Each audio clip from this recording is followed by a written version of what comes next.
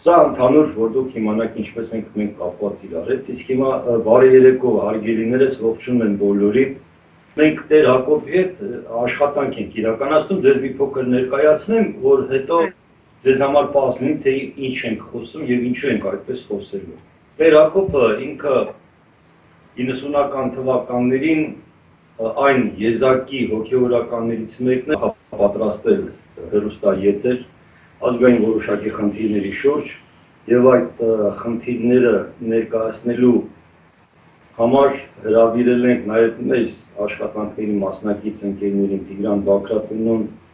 Գերմանիայից Կարինե Հայրապետյանը, Երևանից մեզ է միացել Տիկին Մարի Խանջյանը,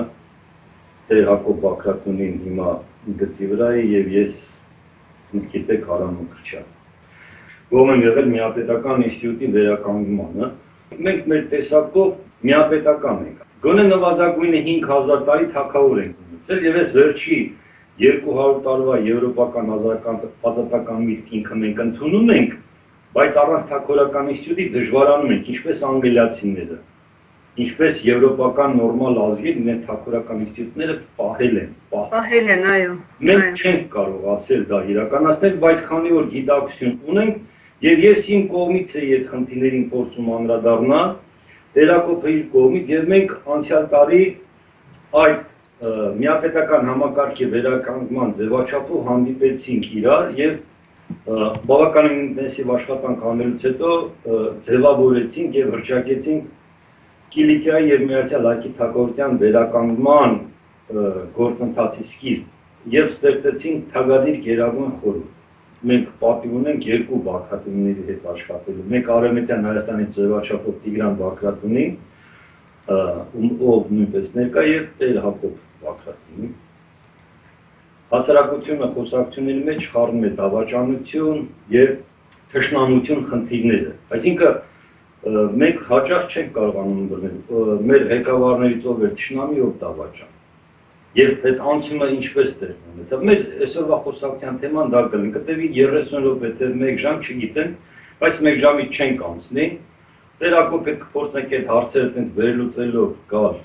Եթե կուզենաք հարց կունենաք կտակ, չեք ուզենա մնում եք լսողի կարգավիճակում, դուք բան կանեք։ Տեր Հակոբի հետ մենք մեր աշխատանքները սկսել ենք 1 տարի առաջ, երբ խոսում էինք միապետական համակարգը ստեղծելու մասին եւ մեզանից յուրաքանչյուրն առանցին իր համար այդ խնդիրը բարձրացրել էր եւ մենք կարողացանք միասնական աշխատանքի շնորհիվ հրճակել Թագադիր Գերագույն խորհուրդ, հույս ունենալով, որ ապագայում կարողանանք վերականգնել նաեւ միապետական մեր համակարգը եւ ինչու՞ չէ ունենանք հայոց թագավոր։ Տեր Հակոբի անգամից ասեմ մեր խոսակցության թեման կլինի բավականին ծանր այսօր համացանցով Հայաստանի Հանրապետության բոլոր լրատվական միջոցներով,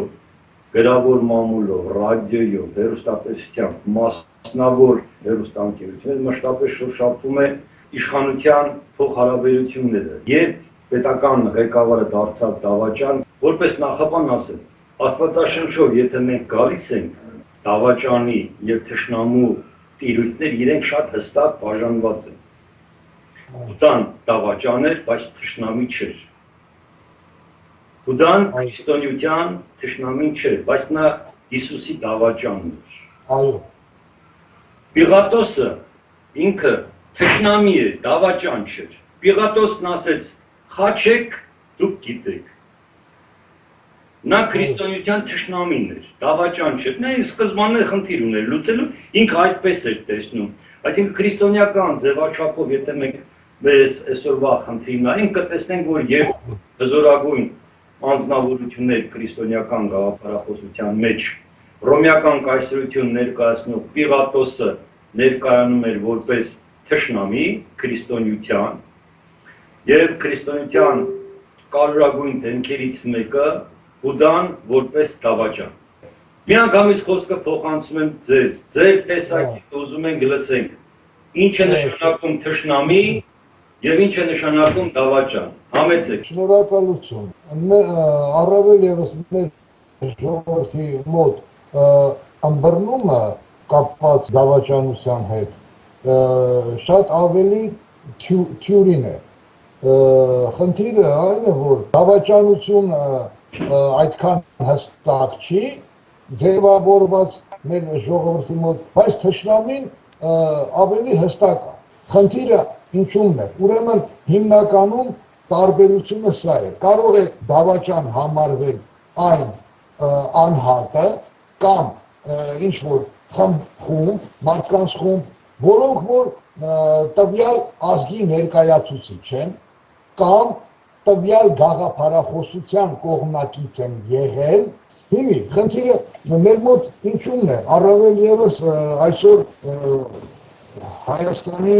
ստեղծված ծանր կառուցության պայմաններում։ Իմ միանգամայն հստակ համոզմամբ դավաճանը չի կարող երկարաժամկետ գործունեություն ծավալի։ Երբ որ ինչ-որ մեկը երկարաժամկետ գործունեություն է ծավալում, իր, ասենք, դեմ է գնում ազգային եւ պետական եւ հայրենիքի շահերին ու դա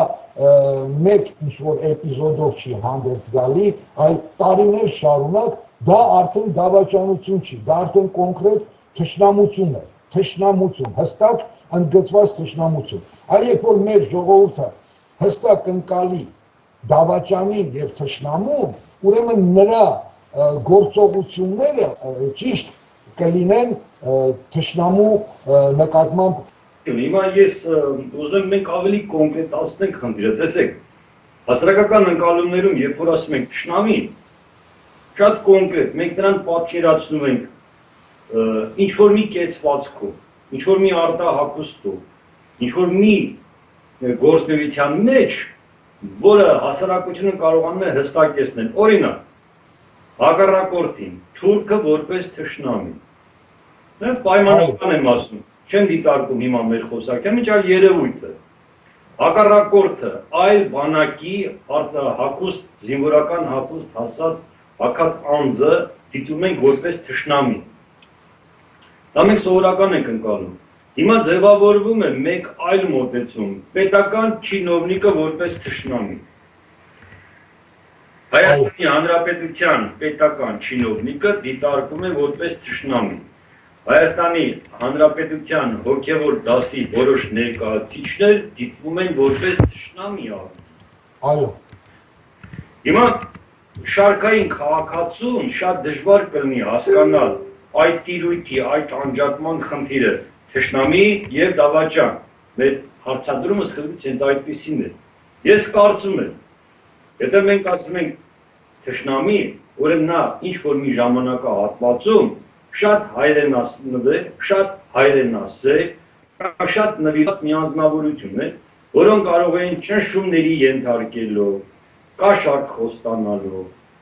լավ ապագա խոստանալով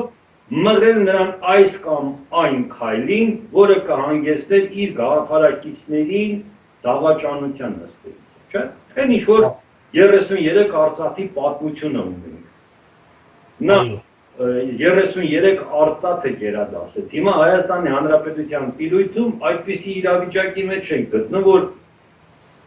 ամեն քայլափոխին առաջարկում է 33 արծաթ, որպես ընտրակաշառք, որպես աշխատանք, որպես բանակից ազատվելու միջոց, եթերում հանդես գալու, ինչ որ պետական պաշտոն զբաղեցնելու։ Հիմա սրանք մենք դիտարկում ենք որպես դավաճանություն մի դեպքում, եթե ճիշտ եմ ես խնդիրը հասկանում, եւ կա պրոֆեսիոնալ արդեն թշնամանք, որը կանգնած է Հայաստանի Հանրապետության պետության ակունքները քանդելու։ Մենք հռչակել ենք 91 թվականին անկախություն, ազատ անկախ Հայաստան եւ այդ ազատ անկախ Հայաստանի բնակչությունը այսօր 2 միլիոն է կազմում։ Մեր հարևան ոչ ազատ, ոչ անկախ, այն ինչպես մեր լրատվամիջոցներն են ներկայացնում, ծախված, վաճառված Ադրբեջանի բնակչությունը 8 միլիոն է կազմում։ Մեր դեպքում 2 միլիոն։ Հիմա մեր իշխանությունները դրանք ինչպիսին են, եթե վերցնում ենք համեմատության մեջ, եւ չինովնիկներն ինչպիսին են, համեցեք։ Մեր այսօրվա ուրեմն հետևանքները ես նույնիսկ դրանց ծեցացան Գարեգին երկրորդ կաթողիկոս, դրանք թշնամիներ են, որովհետև դրանք պարբերաբար ինտենսիվ կերպով կատարում են ապազգային, հակահայկական և հակապետական ուրեմն գործունեություն։ Արդեն լավ է նկատեցիք, որ Հայաստանը այսօր մեր մասած դարձել է 2 միլիոն իր բնակչությամբ, որը որ իրոք անկախություն ձեռք բերվեց։ Այս 25 տարիների ընթացքում մոտ 4 միլիոնի հասնող հանրապետությունը դարձավ 2 միլիոն։ Հիմա ես հարց եմ բարձրացնում և այդ հարցը ինքնըստինքյան պատասխան կգտնի յուրաքանչյուր առողջ դատող հայ։ Ուրեմն Սուլթան Համիդը թագավորեց Սուլթան Համիդի ուրեմն թագավորության ժամանակահատվածում Արևմտյան Հայաստանից արտագաղթեցին 330 քանի հազար մարդ։ Սուլթան Համիդը մեր թշնամին է։ 25 տարվա մեջ 3 նախագահների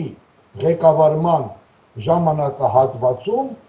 Հայաստանի անկախ հանրապետությունից արտագաղթեց 2 միլիոն ազգաբնակչություն։ Խնդիրը այսպիսին է.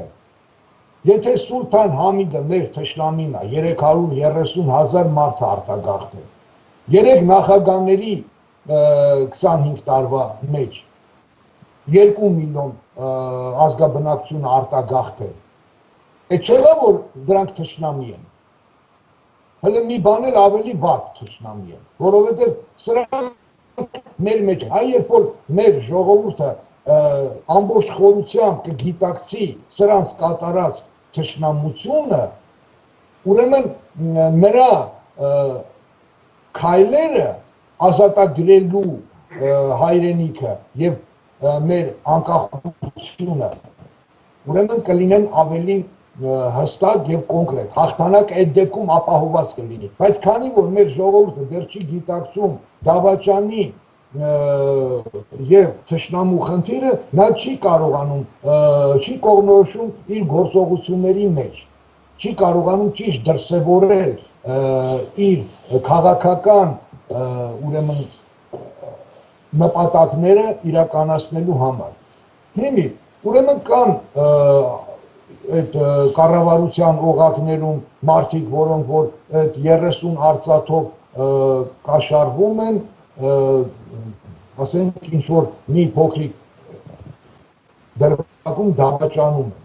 կան այդպիսիները, բայց երբ որ դա պարբերաբար կատարվում է, ես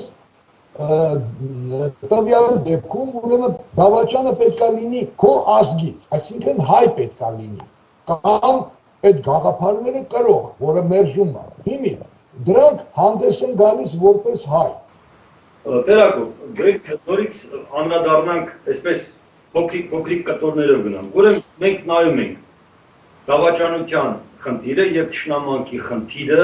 արդյունք են հստակ ազգային գաղափարախոսության բացակայության, այդպես եմ հասկանում։ Եթե մենք կարող ենք հիմքային ազգային գաղափարախոսություն ունենալ, ապա թշնամու և դավաճանի խնդիրը մեր մոտ կլուծվեն սկզբունքորեն,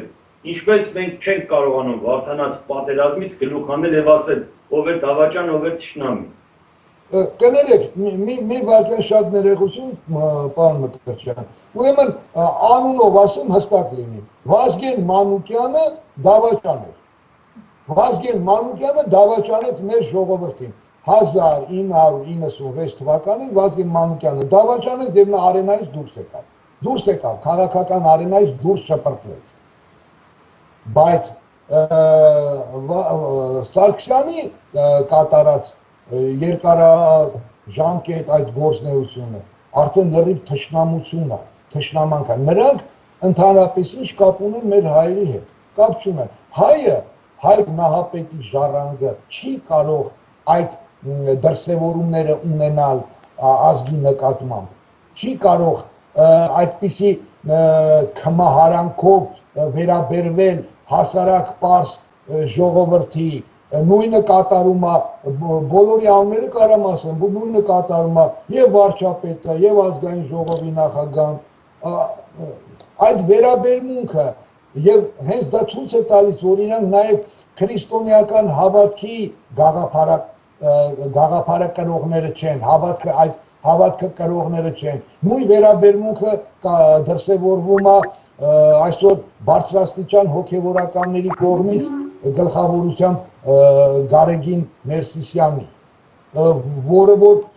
հավատացյալներին մղում է դեպի այս կամ այն աղանդները, այսինքն պակասում է մեր ժողովուրդը ֆիզիկապես ոչ միայն Հայաստանից, այլև հոգևոր առումով էլ ամալություն է տիրում, դրա համար այսօր մեր հայրենիքի վիճակը շատ օրհասական է, խնդրեմ։ Վերակո,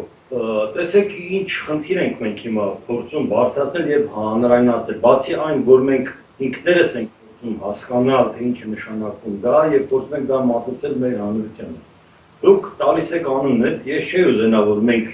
ընդհանուրից անցնենք մասնավորին, բայց դա ձեր իրավունքն է, ապրում ենք ազատական աշխարհում եւ յուրաքանչյուր իրավունք ունի շարադրելու իր մտքերը այնպես, ինչպես ինքը հարկ է համարում։ Ես ուզում եմ, որ մենք մի քիչ մեկ աստիճանել խորանալ եւ կարեւոր եմ համարում հոգեվոր դասի մասնակցությունը, որը պետք է ձևավորի թշնամու կերպարը եւ դավաճանի կերպարը։ Երեք եթե Հայաստանի Հանրապետության շարքային քաղաքացին եկեղեցու կամ հոգևոր դասի օժանդակությունը չստանա, ապա նա ինքնուրույն չի կարողանում խնդիրներին լուծումներ տալ, որտեղ պատմականորեն մենք կապված ենք հոգևոր դասի հետ, մենք ազատական Եվրոպայում չենք ապրում, ոչ էլ այդպես ասիական մի տիրույթում, որտեղ հարաբերությունները ձևավորում են այլ սկզբունքներից ելնելով։ Մենք հոգևոր դասին մեծ տեղ ենք տալիս եւ միշտ տվել ենք, թե նախաքրիստոնեական շրջանում եւ քրիստոնեական շրջանում մեծ տեղ ենք տվել։ Եթե այդ մեծ տեղը տված չներ, ապա Մեսոպ Մաշտոցը չէր գնա Դանիել Վարդապետի մոտ հայկական նշագրերը բերելու։ Ուրեմն նրանք արժևորված էին, չէ՞, ժողովրդի մեջ, որ Սրանք եզակի խնդիրներ չեն, մենք մոտեցում ունենք հոգևոր դասի նկատմամբ։ Ես կուզենամ, որ մեր հոգևոր դասը ինքը շարունակողը լիներ մեր ազգային լավագույն ձգտումների։ Ինքը պետություն ունենալը պետք է լինի հոգևոր դասի առաջնային խնդիրը։ Մենք խնդիր ունենք այս մասում։ Ձեր ուշադրությունը հրավիրում եմ հետևյալի վրա։ Կարող է դուք չկիսեք ինձ հետ այն ինչ որ հիմա ես կասեմ, բայց այդ խնդիրը կա։ Եկեղեցին չի կարող իր վրա վերցնել պետության ֆունկցիա։ Իրավունք չունի, չի կարող։ Եկեղեցին պետք է իր վրա վերցնի հոգևոր ոլորտի խնդիրները եւ կիսի պետության հետ պետության պահելու պատասխանատվությունը իր ոլորտում։ Տեսեք, մենք այս խնդիրը ունենք, մենք փորձում ենք մեր եկեղեցին դնել պետության եւ պետականակերպման եւ դերականը եւ բացականը։ Գոնե վերջի 2000 տարվա ընթացքում այդպես ենք ապրում։ Սա բերում է լուրջ խնդիրների։ Եթե Հայաստանի Հանրապետության նախագահը իր կողքին դնում է հոգեվոր առաջնորդին, լավ է անում, ճիշտ է անում, բայց ճիշտ մոտեցում է։ Բայց պարտավորությունը պետության պահելու դա նախագահի խնդիրն է, այլ ոչ թե հոգևոր առաջնորդի։ Հիմա ինչպես մենք անենք, որ մեր հոգևոր դասը կարողանա նաև պետության լուծման ճանապարհն իր վրա վերցնել այդ բացառիկ նորից կրկնում եմ, իրավունքը, սերունդ, պետականակերտ սերունդ ստեղծելու, ինչպես անենք, ինչպես եք դուք երացնում։ Հասկանալի է։ Ուրեմն հայոց այբուբեն, ունենք Մեսրոպ Մաշտոց, գաղափարախոսություն 1։ Մենք ունենք Գրիգոր Նարեկացի, աշխարհը հատում է ամբողջ ցիվիլ մարդկությունը ոչ միայն գնահատում է, ընդունում է նրան տիեզերական ուսուցիչ եւ նույնիսկ կաթոլիկ եկեղեցին սրբացնում է, բայց մեր ժողովուրդը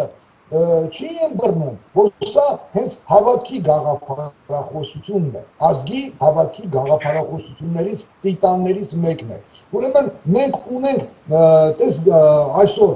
արդեն ցանկացած մեկը, որ երկու տող Գարեգին Նժդեհից չի ընթերցել եւ չի էլ հասկանում, ուրեմն Գարեգին Նժդեհի անունը վերցրել են բերանները, ինչպես դարձրել են իրենց չեմ ուզում այդ բառը օգտագործել բերանի եւ անընդհատ հոլովում են, բայց ոչ մեկ Գարեգին Նժդեհին համոզված եմ չի կարդացել, չի հասկանում խորությամբ, այդ Գարեգին Նժդեհի անունը օգտագործում են ուրեմն պարոնայք նախագահը, վարչապետը, ազգային ուրեմն նախագահը, դրանք բոլորը բան են, կոմսոմոլիկներ են, դրանք ինչ են Գարեգին Նժդեհից հասկանում, եթե Գարեգին Նժդեհից հասկանան եւ ազգային այդ գաղափարներով առաջնորդվեն, նրանք հակահայկական գործունեություն չէին ծավալի, եթե ազգային ժողովի նախագահան իր ամբողջ կյանքում կոմունիստ է եղել, կոմունիստական գաղափարներով առաջնորդվել է դպրոցում է դաս է տալի, եթե նա ասում է երեխաները պարտավոր են մեծանալու, մի հանճարեղ միտք ասում, ոչ մեկ էդի չգիտեր, երեխաները պարտավոր են մեծանալու, նա իրավունք ունի Գարեգին Նժդեհից խոսալու, հիմի մենք ունենք ազգային գաղափարախոսություն, պարզապես սահմանները չի ընդգծված եւ ճիշտ չի ներկայացված, մենք այդ դրա խնդիրը ունենք, երբ որ մենք այդ կոնկրետ ներկայացնենք ժողովրդին, դա կլինի բարոմետր շնորհելու, ուղղորդելու արժեքները ազգային գիտակցության բավականին են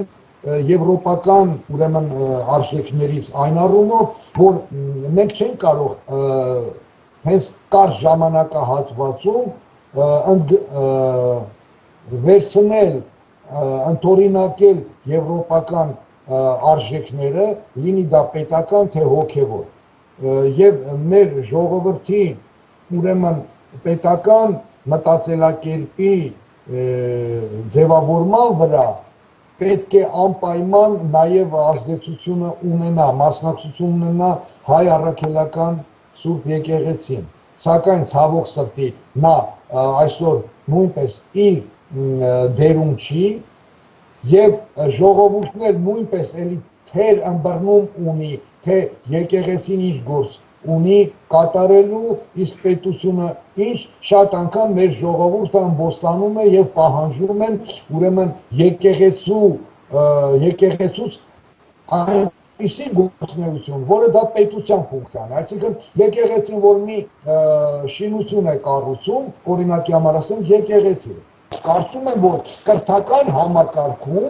մեծ գործունեություն ունի եկեղեցին, այսինքն ազգային կրթական համակարգում ծրագրերը մշակելիս պետք է եկեղեցուն տրվի որոշ ծրագրերի գործունեությունների նոր եկած իշխանությունները քանդեցին ավերեցին համակարգը, ազգային նկարագիրը, դրա համար շատ անգամ ասել է, տնտեսությունը, էկոնոմիկան եւ այլն ինչ որ քանդում է, դա լավ ղեկավարների դեպքում կարելի է 10-20 տարվա ընթացքում վերականգնել, բայց երբ որ խեղաթյուրվում է ազգային նկարագիրը, ազգային հոգեբանությունը, դրա վերականգնելու համար հարյուրամյակներ են պետք։ Հիմի մեր մոտ ամբողջությամբ խեղաթյուրվել է ազգային նկարագիրը, ազգային հոգեբանությունը, առավել եւս ուրեմն համակարգը, կրթական համակարգը, լինի դա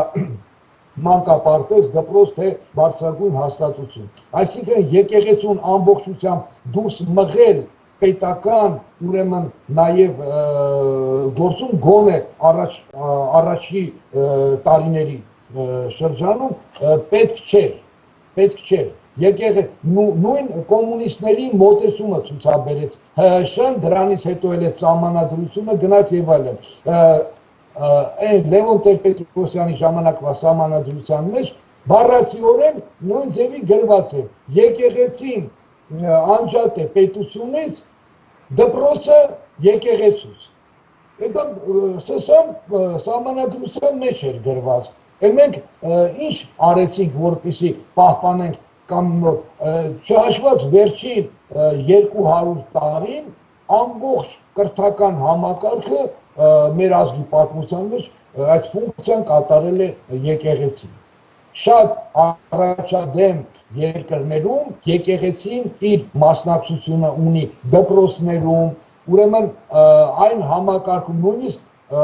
եկեղեցականը ազատ երկումուտք ունի ուրեմն բանտերում որը որ կրթում այսօր մենք ասենք լավ է իհարկե բանակում հոգևորականներ են ծառայում եւ այլն բայց դա քիչ է մեր դպրոցը լրիվ ավերված է մենք չունենք իսկ վաղվա մեր ղեկավարները այդ նոր եկող սերունդից պետք է լինի հիմի եթե ուրեմն նորից գանք այդ դավաճանությանը պարոն Մկրտչյան եթե ուրեմն ես ինչի եմ անուններ տալի որ մեր ժողովրդի մոտ ավելի հստակ ընդգծվի այդ անունները ես դիտմամբ տալիս եմ եւ չեմ վախենում այդ անունները տալ հիմի եթե Լևոն Տեր-Պետրոսյանի Ռոբերտ Քոչարյանի Սերժ Սարգսյանի կառավարման ժամանակահատվածում ամբողջությամբ ավիրվել է եւ խեղաթյուրվել է մեր կրթական համակարգը նրանք իրենց նման ուրեմն պատրաստում են վաղվա մեր ղեկավարությունը ինչ պետք է լինի այսինքն դուրս է գալիս մենք մի 200 տարի խելքի չենք գա մենք պետք է արմատական փոփոխություն անենք այսինքն դպրոցը առաջնային խնդիր է իսկ որպեսզի մենք գոնե այդ բեկորները փրկենք մենք ունենք անելիք ձևավորելու այդ գաղափարախոսությունը որը որ ունենք ու ցակու ծրիվ է սա է Շնորհակալություն Տեր-Ակոբ այդպես որ մենք անկյունները արդեն կարողանում ենք տեսնել իրենք օգնում են ընդհանուր հասկանալու խնդիրը փաստացիորեն մենք համակարծիք ենք մի բանը որ պետություն կայացնելու համար ֆունդամենտալ նշանակություն ունի դպրոցը ինչը եւ իրականացրեց Մեսրոպ Մաշտոցը այսինքն իրենք հասկացել են բուն խնդիրը եւ իրենք սերունդ էին կրթում հիմա անկախության 25 տարիների ընթացքում այսօրվա մեր 25 տարեկանը ինքնաբուխ հայ է բայց ազգային գաղափարախոսություն ինքը չի ստացել դպրոցից հավանաբար հարևաններից տանից գրադարանից ինչ որ միտեղից նա ստացել է որտեղ այդ տղաները որոնք զոհվեցին Արցախի այդ 5-օրյա 4-օրյա պատերազմում դրանք չէին կարող չկրեին ազգային գաղափարախոսությունը չէին կարող հաստատորեն նրանք գերազանց կրում էին ազգային գաղափարախոսությունը ֆենոմենալ խնդրի առաջ են կանգնում հաստատորեն հասարակությունը չի տալիս երիտասարդությանը այդքան գաղափար էներգիա բայց այդ երիտասարդությունը ինքնուրույն կարողանում է փորձել եւ գտնել դրանով սնվել հիմա ստացվում է այնպես որ սերունդը պատրաստ է ազգային ոգով դաստիարակվելու ավակ սերունդը պատրաստ չի նրան կրթելու եւ տալու այն ինչի ակնկալիքը որնի երիտասարդ սերունդը հիմա տեսեք մենք կանգնում ենք հայրերի եւ որդիների այդ չլուծվող գոնե մեր ժամանակակից քաղաքակրթության համար չլուծվող խնդրի առջև մենք գիտենք որ մեր նախնիներն այդ խնդիրը լուծել են վստահաբար լուծել են որտեղ Հայկ Նահապետը իր թորներով եւ ծորներով դուրս եկավ կռվի 300 հոգով դուրս եկավ այսինքն մեր նախնիները ժամանակին լուծել էին այդ խնդիրը եւ որ մենք ասում ենք ավանդական ընտանիք հավանաբար պետք է նկատի ունենանք հենց դա երբ որ յուրաքանչյուր հարցը լուծվում էր ընտանիքի տիրույթում եւ գաղափարախոսությունը եւ հայրենիքի պաշտպանությունը եւ կենցաղավարությունը եւ ապագան այսինքն ավանդական գիտելիքների վերադարձման խնդիր ունենք մենք ես դու այդ ինչու եմ ես հիմա կենտրոնանում ես եւ դու ձևաչափի մեջ կարևոր եմ համարում եթե մենք խոսում ենք թակորական միապետական համակարգի վերականգնման մասին ապա մենք պետք է հենց սկզբից իմանանք որ մենք վերադարձնում ենք ավանդականը այո ճիշտ ավանդականը ճիշտ այն ավանդականը որը հարևան ժողովուրդների եւ պետությունների կողմից ընկալվել է հենց այդպես։ Արաբական աշխարհը, երբ որ ասում ես դու ազգությամբ հայ ես, իրենք խոնարհվում են։ Արաբական աշխարհը 700 միլիոնանոց արաբական աշխարհում, եթե դու ներկայանում ես որպես Այո, իրենք ճանաչում են քո գերակայությունը։ այո, որովհետև Իրանի Իսլամական Հանրապետությունը ներողություն վերջացնեմ, Իրանի Իսլամական Հանրապետությունում ասում են հայը սուրճ չի կարող ասել։ Դեսեք մենք ինչ խնդիրներ ունենք, ամբողջ միջնադարում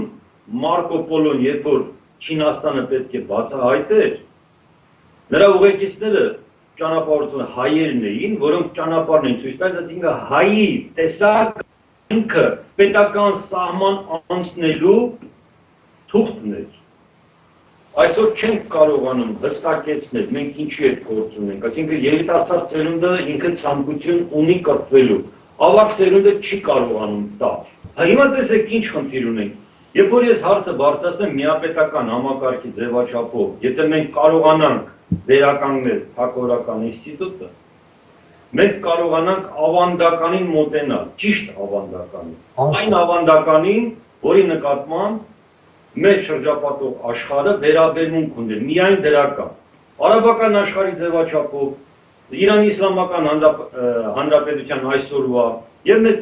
բացառությամբ թուրքերի, Օսմանյան թուրքերի, բացառությամբ վերջի շրջանի Սուլթան Համիդից սկսված։ Ինչի եմ այս բացառություններն ասում, որտեղ այնտեղ խնդիրներ կա։ Իսլամական աշխարհի 4 առաջնորդները Մուհամեդը, Օմարը,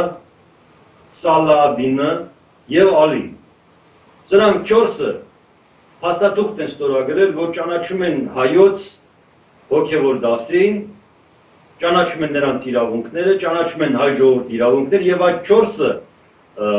Մուհամեդից սկսած 600 թվականից մինչև Սալահադին 1200 թվականները նրանք ասել մենք հայ ժողովրդի դեմ չենք պատերազմում։ այո, Եվ նրանք պահպանել են իրենց խնդիրը, հետագայում արդեն երբ որ մեր հոգևորականները, մեր իշխանավորները չկարողացան մնալ այդ բարձրության վրա, առաջացան կոնֆլիկտային իրավիճակը։ այո, Հիմա ձեզ որպես Թագավորական ինստիտուտի գաղափարի կրողի եւ ինձ որպես մասնակցի այդ խնդիրների լուծման, ես տեսնում հետեւյալ աշխատանքներ, որպեսզի կարողանանք ճիշտ անել։ Վերել ազգային գաղափարախոսության այդ միապետական ինստիտուտը եւ ավանդականը դաշտ, օգնել հասարակությանը եւ ինքներս մեզ օգնենք, որպեսզի մնանք ավանդական տիրույթում։ Գիտեք, սերունդների կապը շատ հստակ է մեր կենցաղավարության մեջ։ Պապ, թոր, այո, այո, այդ կապը մենք պետք է կարողանանք բայել, եթե մենք սա կտրում ենք, մենք կտրում ենք մեր ավանդական ճյուղը ձևաչափի մեջ, իրենք կարիք ունեն ավանդական ընտանիքի վերականգնման։ այո, Եվ չեմ կարծում, որ գտնվի մեկ այլ ընտանիք, որ հրաժարվի հայ ավանդական ընտանիք ունենալուց։ Ավանդական հայկական ընտանիքը գնացեք Արևմտյան Հայաստանի հսկայական գյուղեր, ամեն մի գյուղը մի ավանդական ընտանիք էր 60 տնով։ այո, Ավանդական ընտանիք։ ահա եւ ազգային գաղափարախոսություններից եւս մեկը դուք ցուցադրեցիք, մատնանշեցիք, ընդգծեցիք ավանդական ընտանիքը։ Սա նույնպես գաղափարախոսություն է։ Առավել եւս, ինչպես դուք արդեն նկատեցիք, արաբական երկրներում դա ավելի շատ պահպանվել է, քան թե ասենք եվրոպական։ Ինչու՞։ Որովհետեւ հստակ արդեն կրոնական հավատալիքների ուրեմն հստակ ընդգծված տարբերությունից դրդված արաբական մուսուլմանական երկրներում պահպանվել է ազգային ավանդականը, ազգային ավանդույթը, եվրոպական երկրներում, որտեղ դիտվում է քրիստոնյա մի կոպիտ օրինակ բերեմ, հայը տեսնում է, որտեղ որ ինքը ապրում է, հայ առաքելական եկեղեցին շատ ավելի հեռու է կամ իր քաղաքում չկա, մի 20 կիլոմետր պետք է գնա ամեն կիրակի, որ այնտեղ պատարագի մասնակցի, նրա մեծ իմաստը կաթոլիկ եկեղեցի է կամ այնտեղ բան է, պրոտեստանտ եկեղեցի կա, միտեղ ուղղափառ գնում է այնտեղ, հետո գնում է կնքվում է այնտեղ, շատերը ասում են դրա ինչ կապ ունի բանը, նայլա քրիստոնյա, բայց ոչ, կապ ունի, շատ մեծ նշանակություն ունի, այս մեկ, երկրորդը, շատ լավ նկատեցիք, որ երիտասարդությունը ցանկանում է կրթվել ազգային ավանդական ոգով, ազգային ուրեմն մտածելակերպով, հայեցի մտածելակերպով, իսկ ավագ սերունդը չի կարողանում տալ։ Հիմի, լավի, ասենք, այսպես ասած, դեռ ենք առնում շատ կատաստրոֆիկ իրավիճակի։ Հիմի ասեմ, ուրեմն մինչև անկախական ուրեմն շարժումը, իհարկե ուրեմն անկախական շարժումը դա հետո ավելի մեծ ծավալներ ընդգրկեց մինչև 90 թվականը ու ՀՀՇ-ներ եւ այլն։ Հիմի ուրեմն մենք մոտ 3 միլիոն 800 հազար ենք կազմում ազգաբնակչությունը Հայաստանում։ 70 տարիների ընթացքում հայ ժողովուրդը ուրեմն կորցրել է լրիվ ուրեմն ազգային գաղափարախոսությունը եւ այլն։ Ու լրիվ չասեմ 90 քանի 95 եւ 97%-ով։ Սրա օրինակը հստակ է ինչու, որովհետեւ երբ որ սկսեց շարժումը եւ պատերազմական առավել եւս պատերազմական գործողություններ ծավալվեցին։ Ուրեմն ասեմ 88-ից մինչև զինադադարը 94 թվականը, 6 տարի է։ Պատերազմական գործողություններին կլինի Արցախում, կլինի Հայաստանի սահմանամերձ շրջաններում մասնակցել են 21,000 մարդ, 21,000։ Հիմի, ուրեմն 21,000-ը ընդհուպ 21,000-ի մեջ մտնում է այն թիմը, որ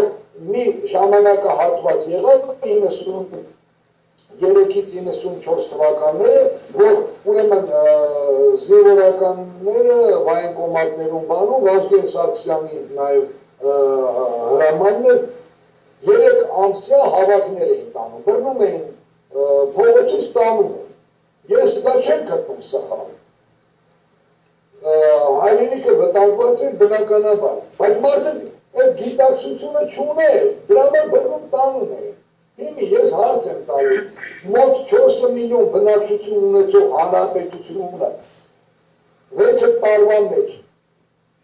որ մասնակցել են պատերազմական գործողությունների կամ զենք են կրել, գումարած մի քանի ամսովը, տածում է 21,000, զոհերով հանդերձ, 8,000 զոհում է։ Հիմի, դա ինչ տոկոս է կազմում, ընդհանրապես տոկոս չի կազմում։ Դա արդեն ցույց է տալի, որ 70 տարիների սովետական ռեժիմի տակ ընդամենը 0,02% ազգային ավանդույթներով, ազգային կերպանության դեպքային գաղափարախոսություն կրող մարդիկ կային ընդամենը։ Մնացածը դրանի գումարել մի 20,000 ևս կամ 30,000 էլի թիվ չի կազմում։ Հիմա փաստի առաջ են կանգնած։ Նորից այս 20 տարի երկու, այսինքն այդ երեխան որ ծնվել է 90 թվականի 94-ի պատերազմից հետո, նա չհատես է, ոչ մի բան չէ, նա նույնիսկ կարողում համեմատել, ասենք այսօրվա Արցախասեր կամ Փառասեր հոգևորականներին, աշխարհի ղեկավարներին, աշխարհը չունի, մի քանի մարդկանց անուն են տալի, որոնք զոհվել են, ասիկն Մոնթե, Լամիտ Ազգատյան եւ այլն։ Ում է համեմատի։ Դրա համար այդ ազգային ավանդույթներն էլ իրան տվող չկա։ Այսօր նույնպես կատաստրոֆա է։ Այս գործը նաև մենք պարտավոր ենք նորից կատարել։ Այսինքն ավանդականը ազգային մտածելակերպը մենք ինձ ասում ենք, լավ, ինչ է առաջարկում, կարող է բանը տրեղ հագնենք։ Ազգային ավանդույթը արդեն բնականացի։ Ոչ եմ ասում, եկեք ասում հոգուց մի կնյարատս բնակարան մարդի, չէ հանդարնում, բայց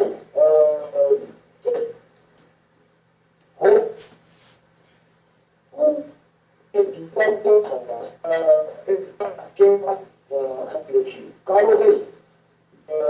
դերիժները, կոպոքերը, մեկի խոսք ստիվարգում, հետատի ոցը, նրանք որկա դամը մանկապարտեսում, դեպրոցում և համասարանում գործում են կանելի։ Հասկացա, Տերակով, տեսեք, մենք հիմա արդեն մոտ 40 րոպե զրուցում ենք, մտքեր ենք քննարկում եւ քանի որ դաշտը բավականին լայն է, այդպես ինքը դժվար կլինի հավաքել։ Հիմա մենք սկսեցինք խոսակցությունը թշնամություն, դավաճանություն, հետո բերեցինք ազգային գաղափարախոսություն, հետո բերեցինք նոր սերունդ եւ բերեցինք այսօրվա նոր սերունդի ներկայացուցիչներին, ովքեր հերոսաբար Չորսօրյա պատերազմում ցույց տվեցին, որ իրենք ավելին արժեն, քան մենք պատկերացնում էինք, իրենք ավելին էին կարող անել եւ արեցին, քան արել են մեր սերունդները։ Անկախության պտուղը փաստացիորեն մենք տեսանք, զոհերի ձևով տեսանք, որը շատ ցավալ էր, բայց տեսանք։ Հիմա ինչ խնդիր մենք ունենք, ավակ սերունդը խնդիր ունի անելով։ Ես կուզենայի, որ մենք գոնե մեր այս հաղորդումը ամփոփեինք հետևյալ կերպ, ավակ սերնդի պարտավորությունները, այդ ինչ պետք է իրենք անեին, որ չեն այլ, այսինքն այն ինչ մենք չկարողացանք ստանալ ես եւ դու մեր ավակ սերնդից, եւ այդ ինչը մենք չենք կարողանում փոխանցել որպես ավակ սերունդ երիտասարդ սերնդի։ Փորձենք սա ձևակերպել միայն։ Ինչ ակնկալիք ունենք մենք մեր ավակ սերունդից։ Հարցը ձեզ։ Մենք այս ժամանակ ուրեմն երբ որ մենք երիտասարդ ենք, ինչ ակնկալիք ունենք մեր մեծերից։ Ավելի շատ որպեսզի մենք հասկացվեինք, այն ժամանակ կտենց էինք մտածում, որ մենք մեր մեծերի կողմից չենք հասկացվում։ Հիմի բայց երբ որ մենք մեծացանք, զգացվեց, որ ինչի մենք չենք հասկացվել, այսինքն ես ասում եմ այն շերտի մասին, որը որ իրոք կրողներ ազգային գաղափարախոսությունը։ Ես ի նկատի ունեմ շատ նեղ սերունդ, որովհետև բավականաչափ մեծ էր այն երիտասարդության թիվը, որոնք նույնպես չէին հասկանում ինչի մասին է խոսքը։ Դրա համար երբ որ 88 թվականին շարժումը սկսվեց, մեր նման մարդկանց մերժեց հասարակությունը, այսինքն որոնք որ տանում էին անկախության, ինքնիշխանության, ուրեմն բացարձակ ուրեմն պայքարի։ Մենք մերժվեցինք, որովհետև հասարակությունը պատրաստ չէր դրան, եւ գնաց, այսինքն այն մարդկանց, ես կասեի անձնական շահերը հետապնդող այն մարդկանց խմբի հետ, որ կոչվեցին ՀՀՍ, չեմ անում եւ այլն ինչ-ինչ անուններ, գնացին դրանց, բայց մեր նման մարդկանց մեր դեմ ելան, ոչ միայն մերժեցին, դեմ ելան, երբ որ ժամանակին մենք հստակորեն ասում էինք, ժողովուրդ, դուք գնում եք դեպի կործանում, այսպես չի լինում անկախությունը, ասում են չէ, դուք գործում եք, դուք խանգարում եք, մենք կեցե Լևոնը, կեցե ՀՀՇ եւ այլն։ Հիմի, այստեղ հասկացվելու նաեւ խնդիր կա, հիմի եթե երիտասարդությունը այսօր մեծ մասը, ես ընդգծում եմ, մեծ մասը ճիշտ է, տեսեք, բանակում ունեցան զոհեր, այս զոհերի շնորհիվ պաշտպանեցին, լավ առողջ կամ շերտ, բայց ընդհանրապես շատ բարակ շերտ է, արիական ոգին գնում է, կոտորվում է, այսինքն գնում է ինքնասոհության, ինքնասոհաբերության, տականքը մնում է։ Հիմա այդ տականքից է ձևավորվում վաղվա իշխանությունը, ինչպես որ ժամանակին փաստորեն եղավ։ Հիմի, եթե մեր ժողովուրդը այսօր դեռ չի հասկացել ու նորից գնում է հին տաշտակին է ձեռքը մեկնում, դա նշանակում է դեռ էլի այդ երիտասարդներ կան դրանց թվի մեջ, որ այսօր ասենք տոնում են, ասենք Բաղրամյան 26-ի մեկ ամյակը, ինչ եք տոնում, սիրելի երիտասարդներ, ինչ եք տոնում, դա բաստիկի գրավում է, դա ինչ եք արել, 7 դրամի հարց եք բացատրել, այ երբ որ փորձ ունեցող մարդիկ ասում են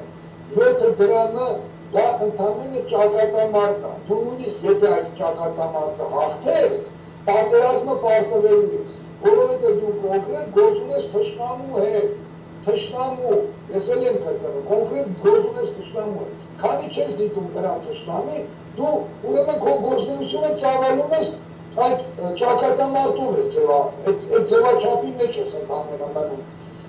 ու այդպես 7 դրամի համար այնքան ճակատամարտ պետք է տաս, որ արդեն բանը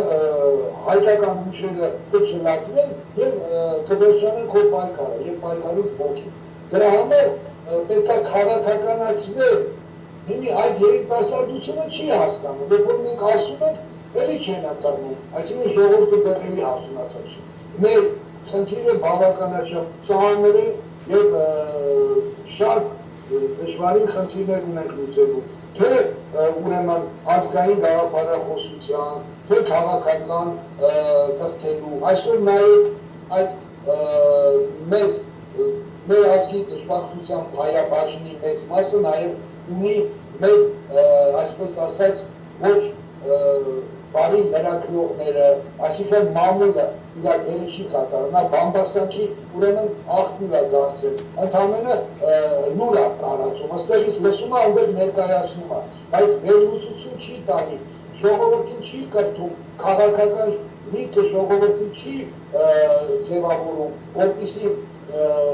սևը սպիտակից կարողանա մեր ժողովուրդը տարբերել։ Մեր և թագավորական ինստիտուտի և այսօր, որ արդեն 5-րդ տարին է գործում է Արևմտյան Հայաստանի վտարանդի կառավարությունը ձեր գլխավորությամբ, որը արդեն բավականաչափ ուրեմն ուր կառույց է և կատարում է ազգանվեր գործ, անշուշտ ձեր խնդիրը հիմնականում Արևմտյան Հայաստանի և Հիդրոհիսոնի ուրեմն իրավարար խնդիրով է ձևավորված, սակայն ողջունելու, որ չի անտեսվում նաև այսօրվա Հայաստանի Հանրապետության պրոբլեմները և բնական է, որ չպետք է անտեսվել։ Դրա համար մեր գործը բավականաչափ լայնամասշտաբ է։ Մենք պետք է անենք, մենք այլ ուրեմն բան խնդիր չունենք այսօր։ Սա պետք է անպայմանավորվի և շատ շատերին, առողջ ուժերին, պատմաբաններ, գիտնականներ, մանկավարժներ, բոլորը պետք է լծվեն այս աշխատանքի, ով իրեն հայ է համարում և մտահոգված է մեր վաղվա սերունդի, ապագայի, ուրեմն մատակ սերունդի խնդիրներով մտահոգված։ Շնորհակալություն Տեր Հակոբ, մենք արդեն մի ժամ զրուցում ենք, ես կուզենամ, որ մենք ամփոփենք մեր այսօրվա եթերը հետևյալ մոտեցմամբ։ Հաստատորեն ավագ սերունդը պարտավորություններ ունի անելու և այդ պարտավորություններից ինքը չի կարող հրաժարվել։ Եթե մի դեպքում հրաժարվեց կդիտվի թշնամանք, մի դեպքում դավաճանություն։ Մեր ավագ սերնդի մասին եմ հիմա խոսում, ասեցինք մեր հաղորդումը դավաճանություն և թշնամանք, վերադառնում նորից նույն կետին, եթե ավագ սերունդը չկարողացավ իր վրա վերցած պարտավորություններն իրականացնել, մի դեպքում նա կդիտվի թշնամի, մի դեպքում դավաճան, ինչպես որ հիմա ընկալվում է հանրության կողմից Հայաստանի Հանրապետության իշխանությունների ձևաչափի մեջ, թշնամի և դավաճան, երկու եզրույթներն էլ օգտագործվում են։ Եվս մեկ անգամ շնորհակալություն ձեզ, շնորհակալություն մեր լսողներին ու կնդիրներին, որ մեզ հետ էին։ Մենք չենք վերցնում մեր վրա այդպիսի տիտանական պարտավորություններ դառնալու կենտրոն և լուսավորելու բոլորին, բայց մենք մեր ներածի, ուժերի ներածի չափով անպայման պարբերաբար զրույցներ կունենանք և հասարակությանը կփորձենք ներկայացնել միապետական համակարգի մոտեցումները ինչպես նաև Արևմտյան Հայաստանի վտարանդի կառավարության։ Շնորհակալություն բոլորի։ Շնորհակալություն հարավերի համար, այս դասվածան նոր հանդիպում, Ստեսություն։